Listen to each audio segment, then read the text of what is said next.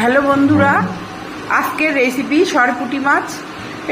সরপুঁটি মাছ বেগুন দিয়ে ঝোল। তো মাছটা প্রথমে হলুদ লবণ মাখিয়ে নিলাম, তারপরে মাছটা ভেজে নিলাম, এবারে বেগুনটা ভেজে নিলাম, এবারে সাদা তেল দেব একটু, তার মধ্যে সাদা জিরে কালো জিরে ফোড়ন দেব,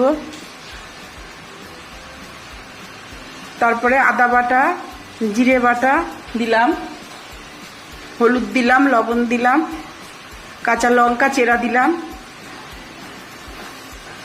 এবার মশলাটা কষিয়ে কাঁচা লঙ্কা চেরা দিলাম 4টে 5টা, এবারে জল দিয়ে দিলাম।